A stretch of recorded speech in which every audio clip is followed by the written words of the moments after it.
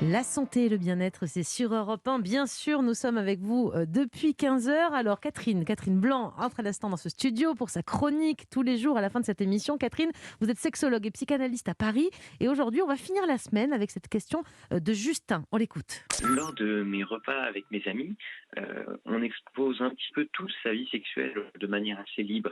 Mais lors du dernier repas, j'ai un ami qui nous a fait part de ses plans d'un soir.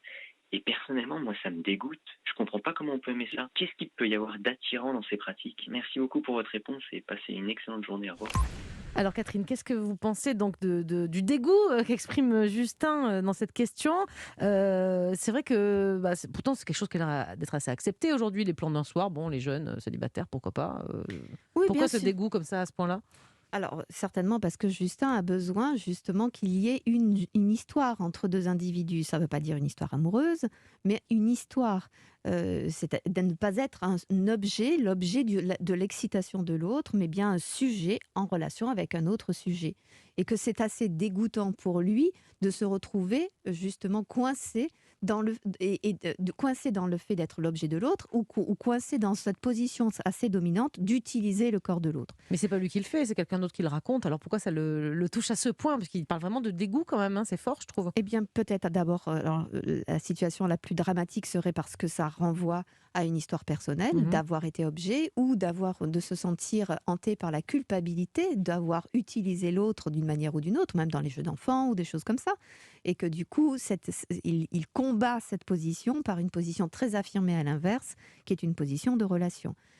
Je crois que quand on est agressé par des choses à l'extérieur, ça donne l'occasion de s'interroger sur ce que ça raconte de nous-mêmes. Ça ne veut pas dire qu'il n'y a pas matière à reproche éventuellement sur l'extérieur, mais ça raconte quelque chose de nous et que ça, c'est tout à fait audible. Et puis on a tous des limites en fonction de nos histoires de toute façon. Parler de dégoût, moi je parle de dégoût quand je mange quelque chose qui me plaît pas, en matière de sexualité à ce point-là, et surtout quand ça ne nous concerne pas directement, je trouve ça fort ce terme de dégoûtant. Oui, mais parce que ça renvoie et au goût et au dégoût, donc l'attirance, l'excitation et puis l'impossibilité inverse. Moi, Ou- les andouillettes, ça me dégoûte, par exemple, parce que je trouve que ça pue, voilà, mais là, il y a pas d'image, c'est juste Alors, quelqu'un qui raconte quelque chose. voilà, alors on va évidemment ne pas faire référence à votre Non, exemple qui est andouillettes. l'andouillette, Mais oui, mais c'est le qui plat qui me en dégoûte le plus, plus. qui est d'ailleurs, on ne lui dit rien sur sa forme ni sur son odeur particulière, qui renvoie quand Ah même oui, à notre j'avais sujet. pas pensé à ça, vous voyez, mais bon, d'accord, je vous Voilà. donnais juste une référence culinaire. Et Ok. bien voilà, et Mais bien on a le je droit crois que d'aimer ça, bien sûr. voilà, on a le droit d'aimer ça et on a le droit d'être dégoûté par tout ce que ça renvoie D'accord. évidemment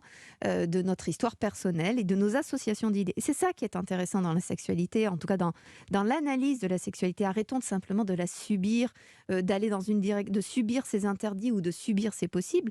C'est intéressant de s'arrêter sans que ce soit tempête sous un crâne. N'ayons pas peur de réfléchir, d'avoir un cerveau pour penser notre sexualité. Et là, en l'occurrence, il écoute quelqu'un qui évoque ses coups d'un soir. Il aurait dû lui dire d'ailleurs, je ne sais pas si c'est un homme ou une femme qui se livrait sur ses coups d'un soir, mais après tout, il dit on est dans des dîners où on parle tous librement de sexualité. Est-ce que là, du coup, on a le droit de dire à l'autre, tout ce que tu es en train de raconter me dégoûte? Non, faut pas exagérer quand Bah, même. Enfin, le droit, si, mm. bien sûr qu'on a le droit. C'est assez incroyable que nos positions d'adultes, qu'on devrait vivre comme étant des positions d'être libre par rapport à un enfant qui est plus dans la difficulté, le pire, c'est que nos positions d'adultes nous obligent aujourd'hui à avoir un comportement social dit politique, Cool, à la cool cool, et quoi. correct pour notre société. Hier, quelqu'un qui aurait parlé de cela était un horrible pervers. Aujourd'hui, c'est difficile d'ailleurs de dénoncer le pervers puisque on est censé tous pouvoir tout entendre.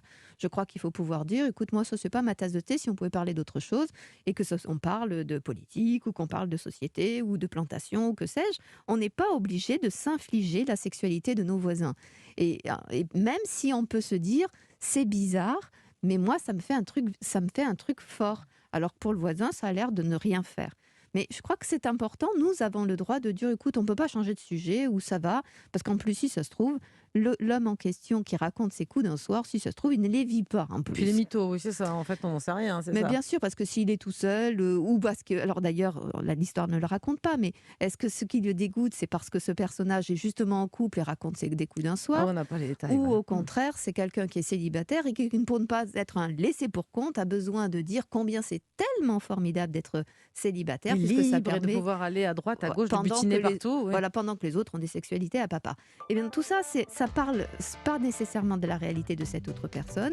De même, le dégoût que ressent Justin, eh bien, n'est pas nécessairement le reflet de ce qui se joue pour cet autre homme, mais bien pour lui-même et de sa propre culpabilité ou sa propre difficulté sur ce sujet-là, ou son propre désir qui voudrait peut-être tendre vers ça. C'est une autre chronique, on y reviendra. Et qui le culpabilise. Très bien, merci beaucoup Catherine pour tous vos conseils précieux.